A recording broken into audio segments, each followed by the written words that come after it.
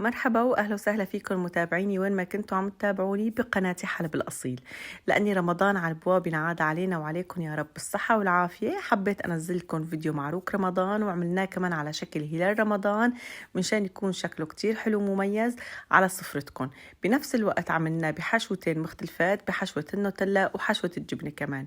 اذا حابين تعرفوا الطريقه تابعوا الفيديو للنهايه. 100 اهلا وسهلا فيكم، واذا زرتوني لاول مره بسعدني وبنورني انكم تشتركوا بالقناة، وما تنسوا فعلوا زر الجرس لتصلكم كل الاشعارات. 100 اهلا وسهلا فيكم. في البداية رح استعمل معلقتين كبار ممسوحات من الخميرة الفورية. طبعا كل ظرف من الظروف اللي استعملتها يعادل معلقة.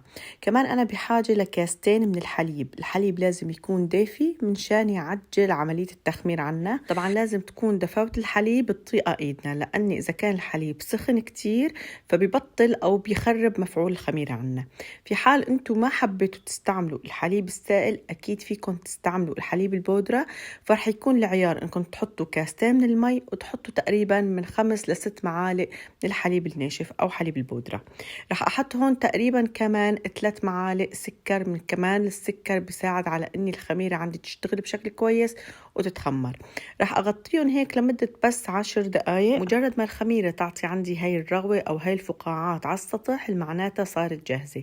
بهالأثناء هلأ أنا هون بحاجة لظرف من الفانيليا، منشان لأني رح أحط قطعتين من البيض، لأن الفانيليا بتعطي نكهة كتير طيبة وبتروح كمان الزنخة الموجودة بالبيض. حطيت كاسة أنا هون من الزيت النباتي، وعيرت هون 6 كاسات ونص من الطحين، حطيت لهم معلقة صغيرة من الملح و3/4 الكوب من السكر. رح أحط لهم المحلب معلقتين كبار. المحلب كتير كتير بيعطي نكهة لذيذة وطيبة للمعروك. في حال انتو حبيتوا تحطوا شمرة يانسون أكيد كمان فيكم، رح تحطوا كمان معلقة من الشمرة ومعلقة من اليانسون. حطيت ظرف من البيكنج باودر كمان يعادل معلقة ممسوحة، بيعطي نفش العجينة المعروك وقوام كتير حلو. حطيت كمان معلقة كبيرة من الخل، كمان الخل بيطري عندي العجينة وبيعطيها هشاشة كتير مميزة. رح أبلش هلأ هون أضيف الطحين مع المكونات الناشفة اللي حطيتها، طبعا خلطتهم بشكل كويس ورح أضيفهم فوق الخميرة. طبعا أنا عم بضيفهم بشكل تدريجي، لأني إذا ضفتهم دفعة واحدة ما رح تعجن معي العجانة بشكل كويس. رح ألاحظ إني الطحين كتل عندي في قلب طبعا العجينة بعد ما أنتهي من عملية العجن. طبعا مدة العجن لمدة 10 دقايق. دهنت إيدي من الزيت وطلعت العجينة.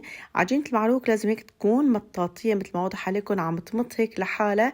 هذا دليل على إني المقادير ناجحة، وكمان بدل على إني العجينة ممتازة. طبعا دهنت الصحن شوية زيت ودهنت سطح العجينة بالزيت وعفتها تتخمر لمدة 3 ساعات. هاي النتيجة اللي حصلت عليها. بلشت هلا هون أقطع أنا عجينة المعروك على شكل كرات حسب القطعة اللي أنا بدي إياها. أهم شي مرحلة تخمير المعروك. في حال كان عندكم المطبخ دافي والجو دافي كمان، فوقت التخمير بيكون طبعا أقل، لأني برودة هلا والمطبخ أنا كان عندي فيه برودة كمان، فأخذت وقت أكتر بالتخمير. طبعا فيكم أنتو كمان تعجلوا من عملية تخمير المعروك، في إنكم أنتو تسخنوا طنجرة فيها مي وتحطوها بقلب الفرن أو بقلب الميكروويف.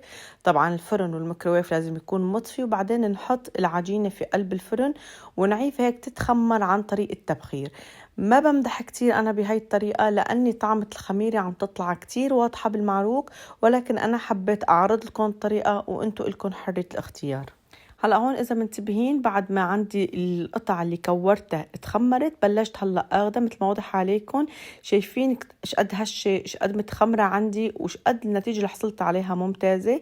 بالنسبه لي انا عم بحاول اصغر القطع لاني رح يطلع شكلهم بالهلال احلى، فعم بصغرهم بهاي الطريقه. وطبعا عم برقهم على ايدي وبحشيهم بالجبنه.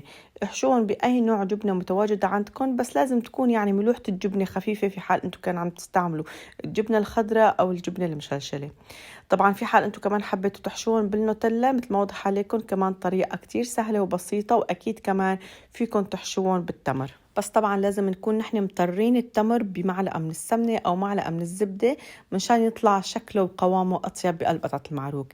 رح ازين انا المعروك اللي حشيته بالجبنة بحبة البركة، ورح ازين المعروك اللي حشيته بالتمر بالسمسم. طبعا يانسون وشمرة أنا ما حطيت لأني المعروك اللي محشي بالنوتيلا بتطلع طعمته ما كتير لذيذة مع النوتيلا، ولكن إذا عم تعملوا أنتوا المعروك بالتمر أو بالجبنة فحطوا يانسون وشمرة مع المحلب، بتطلع نكهة المعروك كتير لذيذة وطيبة. حموت الفرن على 250، أنا مشغلة من فوق ومن تحت. طبعا بعد ما يكون عندي الفرن حامي بدخل أنا صينية المعروك لمدة تقريبا 20 دقيقة، بتكون صينية المعروك جاهزة. وأنتوا أكيد لازم تطلعوا على حموت الفرن عندكم. طبعا ونسيت أخبركم أني أنا قبل ما أخبز صواني المعروك دهنتهم بالحليب وبعدين رشيتهم بحبة البركة والسمسم. ومثل ما عودتكم بكل فيديوهاتي دائما بنهاية الفيديو في نصيحة بسيطة بحب أقدم لكم إياها. بعد ما تنتهوا من خبز صواني المعروك بتطلعوهم مباشرة وهن سخنين، بترجعوا بتدهنوهم دهنة خفيفة من الحليب، بيعطي طراوة للمعروك وبيبقى محافظ على شكله وقوامه الهش واللذيذ، وبيبقى عندكم تازة وفريش لعدة أيام. بوصفتي لليوم حبيت أشارك معكم كل الخطوات لينجح معكم المعروك ويطلع هش وطري، بنفس الوقت استعملنا كل المكونات اللي بتساعد على أن المعروك ينجح معنا. هون بيكون انتهى الفيديو لليوم، وانتهينا من عمل صواني المعروك بهذه الطريقة. إن شاء الله ينعاد علينا وعليكم رمضان بالصحة والعافية يا رب، وكل عام وأنتم بألف خير. إذا عجبتكم طريقتي ما تنسوني من دعمكم، لايك وتعليق حلو مثلكم. إن شاء الله ألف صحة وهنا على قلبكم. باي باي.